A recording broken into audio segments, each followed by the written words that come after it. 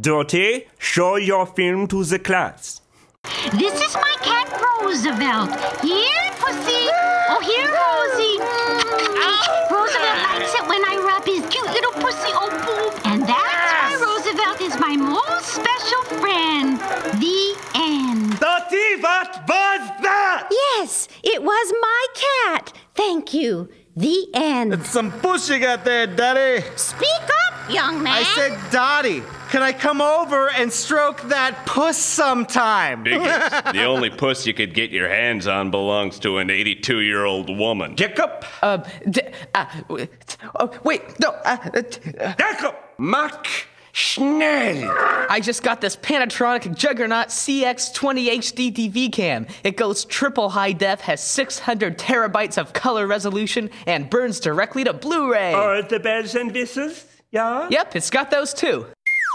Well, it's going to take a lot more than a fancy camera to make a real film. Have you the script? Well, I just finished the first draft. I've rounded up most of the cast, except my female lead. The phrase? Your mission is to find it. Find it. The phrase? What have you got to show us this week, yeah? The film is not finished. Says that every week. Sir? When do you suppose you'll have it finished? When it is finished, you will know. The whole world will know. He says that every week, too. I suppose it will be done when I have found what it is I'm looking for. I came here with a purpose to find it. I know it is here, I just haven't found it yet. How profound. Isn't that true for all of us? Didn't we all come to film school university for that same reason? To find that ever-elusive it. We all want it. Some of us have found it. But I know I, for one, am still looking. But I know it is here, hidden deep within... The deepest recesses of our souls, I know! As artists, we have to dig. Dig? Something tells me you're just beginning to scratch the surface, Sarfraz. Keep digging. Keep digging. Yeah. Look, all I'm saying is, Adam doesn't have to be such a huge freaking penis all the time. There's no need for that kind of constant display of masculinity. Guys, there's no smoking in the cafeteria. No! Whoa! He's just trying to get to you. You know who I wouldn't mind getting to. Amber? But she likes guys. Yeah, well, I like bananas, but not every day is a banana day. See, now what does that even mean? I got it for Amber. Got what for Amber? Oh, nothing. Some equipment.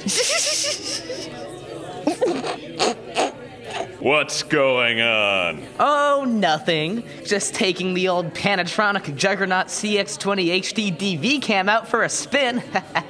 You ready for your close-up? I'm not really what you'd call photogenic. Marla, don't be modest. You're very symmetrical. How is the search for the leading lady going? Not good. But I guess you can't write a role this dynamic and expect most people to get it. Try me. Well, she's sort of put upon. She's always shouldering people's burdens, and she's so consumed with other people's problems that she doesn't really have time left for herself. You see, she finds she's happiest when she's invisible. Wow, imagine that. A male writes a female role that's completely stripped of any self-empowerment whatsoever. What gives men the idea that women are happiest when left anonymous? It's just another form of objectification, like she's a lamp or a chair and doesn't have a name or a history.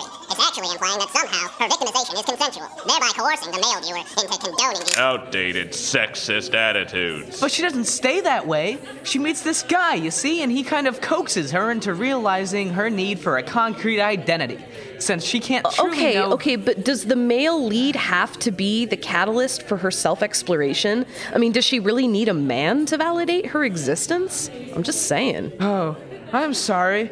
I guess I didn't really think of all that when I wrote it. Well, next time you might consider the other half of your audience. Come on, Marla. Don't take it personally. You can't write for everybody. But I wrote it for you. Wrote what for me? Oh, hey, Amber. Nothing. I wrote a part, but it's not really... Are you still looking for a factress? A factress? A factress, you know? A female actress? Oh, well, no, not really anymore. I need to go back and do some rewriting first. Well, I'll have you know, I'm a classically trained lesbian. You mean thespian?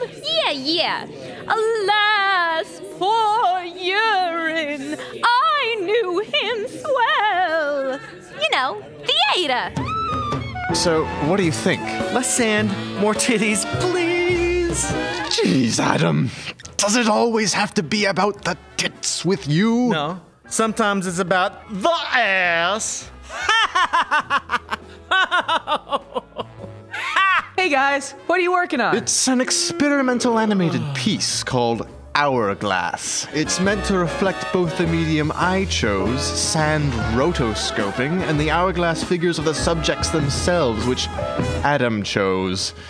It's a commentary on the sexual objectification of women About sand and titties. Oh, that's nice. Just a few touch-ups and she'll be ready for the film festival this weekend. Whoa, you guys are entering that? Theoretically. Soon as we could round up the $20 entry fee. Oh, well that doesn't sound like much. Well, it wouldn't be if we hadn't blown the whole budget on transferring this to IMAX. I'm telling you, I can get this fee no problem. Just leave it to me. And just how do you plan to do that with no job or career prospects? I am self-employed. You mean you sell drugs? Shut your face, Chase.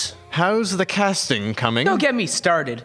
I really wanted Marla to play the lead, but she's never gonna do it. She thinks it's a joke. Hey, try Amber. Something tells me she's pretty bad at saying no. Oh! Speaking of Amber, have you noticed that she's been acting especially weird today? Oh, they get like that about once a month. There's always been a strange desperation to her perkiness, but I haven't noticed anything unusual. If I didn't know any better, I'd swear she was high. Maybe she is.